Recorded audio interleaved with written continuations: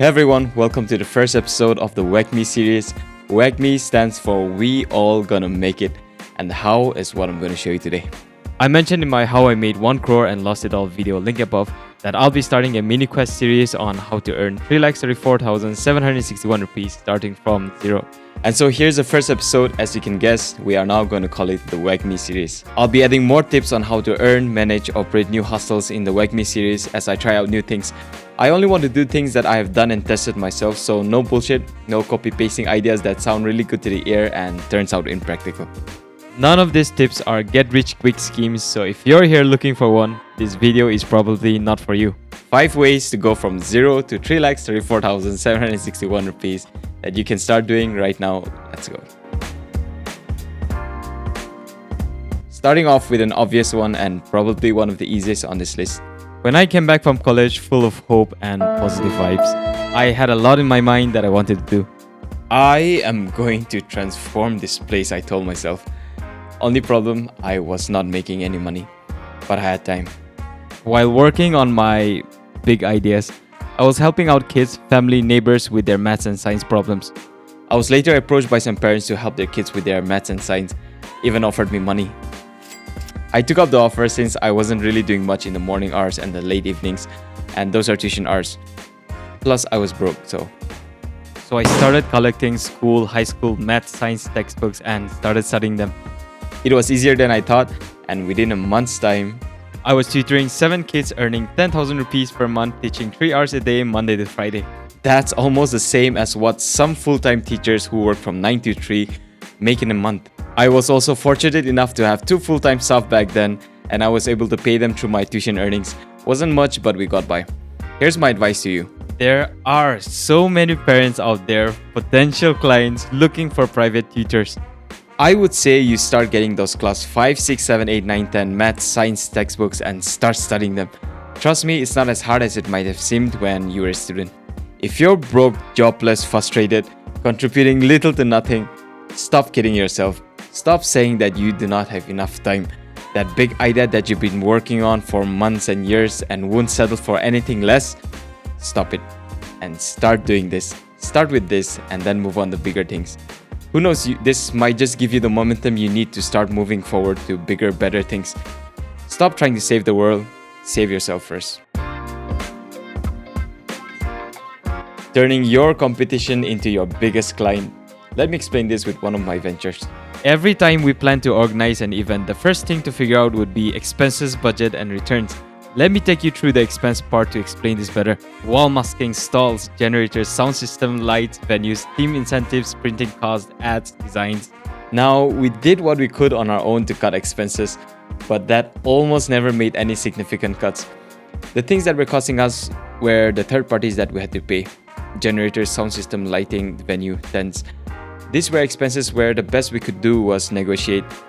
We were at the mercy of the third parties. Now, every time we do events, sure, we'd get a ton of appreciation, get ourselves on the front page, media coverage, interviews, which is all good. But at the end of every event, we would be left with hardly any net profit after expenses.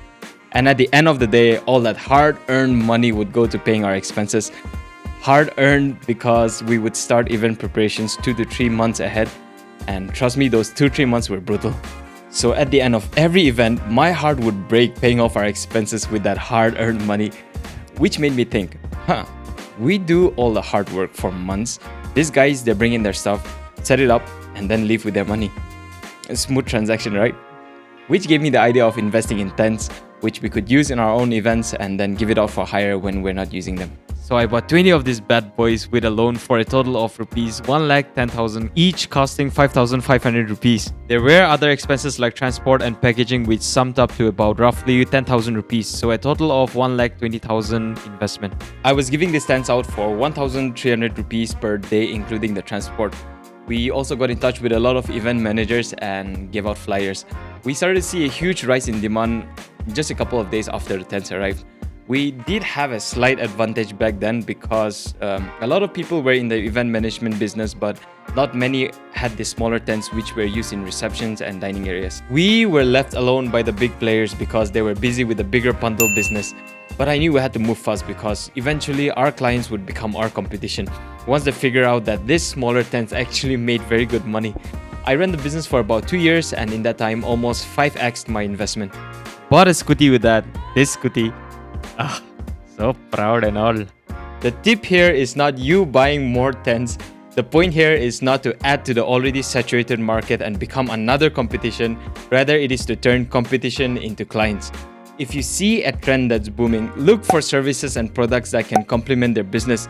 Supply the raw materials, transport, ads, printing, manpower. Focus on building a large enough customer base, because if you can bring in the numbers, you're going to get a better discount from the distributors and wholesalers and profit off of the difference. The classic Walmart strategy. Odd jobs are usually temporary jobs that you can do, like events, project-based work, manual labor. Back when I was first starting out, I was involved in wedding decors, selling 3D models, project management, video projects, training programs, whatever I could get my hands on. This was a time when I did not really have a clear idea on what I wanted to do in life. There was this one time when a friend of mine told me about cleaning septic tanks, and the owner was offering 10k for it.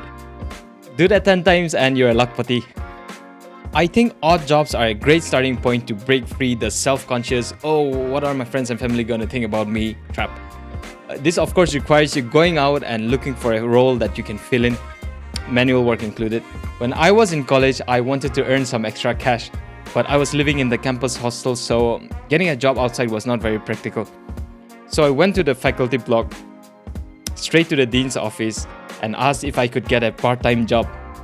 This of course caught the dean by surprise that some random student would just walk into his office with such an odd request. He gave me a job as project assistant for distant education. My work was mostly typing out articles, courses, and sending out emails to students. I was paid 6,000 rupees per month. To this day, I still do not know why he gave me the job. Maybe he found it amusing, I don't know. Sir, if you're watching this, thank you so much for giving that confidence boost to that idiot. If you're the type that's very self-conscious, I would say you start with something that's manageable. You don't have to go all out to start with, but take that first step. It could be as simple as a phone call. Odd jobs require you to look, they're not going to come present themselves to you. I never thought that I would ever use my civil engineering degree for anything else other than it being a souvenir, proof of being a graduate. Always thought that I'll come back and start a business, but the universe had other plans. I got myself involved in a construction firm, even took a course on earthquake design, and it turned out that my degree was actually paying me pretty well. Slowly started with training programs, then started designing smaller structures, and eventually moved on to management contracts and supplies. This of course took time to build, over 10 years. Having a degree is a plus, but by no means necessary to live the good life. In fact, I know people in the skilled job sector that earn way more than government officers, directors. Starting with your degree is a pretty good start, to some extent safe, but if you do not have one, you can always get skill training, which I think is nothing less than a degree. This, in my opinion, is by far the most important one. Do not start a business. I repeat, do not start a business, in fact, anything without this. As cliche as it may sound, working on yourself. If you choose this entrepreneurial path, fair warning, it's going to be a very lonely road. No one is going to hear your cries. And in order to survive, you need to get your basics right before anything else. You start with soft skills. Learn to be honest, accountability. No altering the truth even if it's harmless. Swallow up that ego, ability to take criticism, constructive or not. Life is not fair. Do not expect a reward for every little extra effort that you do. Do the best you can to honor your word. Pick up the damn phone, never complain, and of course, the never-ending quest to understanding oneself. Then you move on to hard skills. Your ability to communicate, articulate, leveling up your skills, your typing, using Excel sheets, MS Word. Learn to write a damn letter. Baking, carpentry, the tips mentioned here in this video. Let me tell you why working on yourself is so crucial.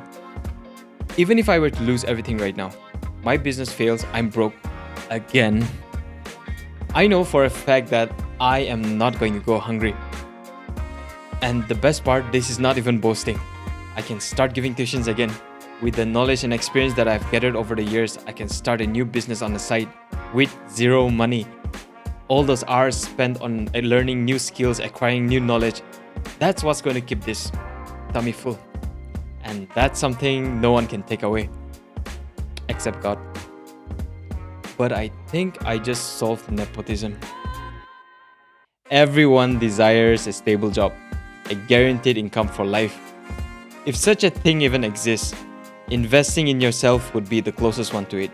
These are my earnings from my first year of starting. Tip number 5 is what carried me from there on. It helped me find easier ways to teach, made me study the market and prepare for what's coming for my 10th business, fine-tuned my knowledge in my profession, improved my communication and negotiation skills, further increasing my chances of getting a job.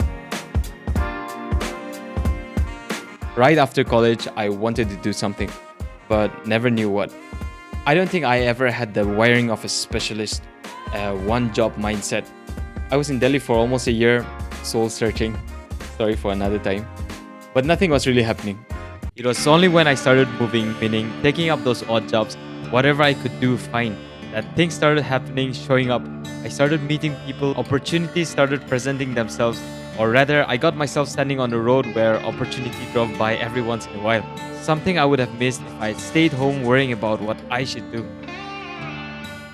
If you're confused with what you want to do with your life, can't find your passion, can't figure out what you love doing, start with anything. If you can't find your purpose, make survival your purpose for now. Things start opening up once you start moving. Things start happening once you take that first step. Nothing's gonna happen with you sitting at home and imagining about the things that could be. As a last bonus tip, I'm gonna tell you something that's gonna save you a lot of time. Those people whose opinions you care about so much, those people who you think are gonna laugh at you for starting something, an educated person at graduate doing manual work. If you die today, those people are not gonna give a damn about you. Your friends, family, village, church, inviting you to all these fancy gatherings, birthday parties, events, the moment you turn out to be a failure and nobody, those that you think have your back, love you, will be the same people who point their fingers and say, I told you so, just itching to start preaching. Do not turn out like this person. You'll be nothing more than an example for what their kids should not be. And you can't blame them. Everyone has their own lives to worry about, including you. It's only when you start bringing in the dough, suddenly everyone is related to you. Hard lesson in life, accept it, move on. So yeah, that's it for the first episode of the Whack Me series. Thank you so much for sticking to the end. I hope this video was helpful. If you can further add to the list, please do so in the comments below. I'm looking forward to corrections, criticisms, ideas, stories. Let's learn, let's grow, let's all make it Whack Me.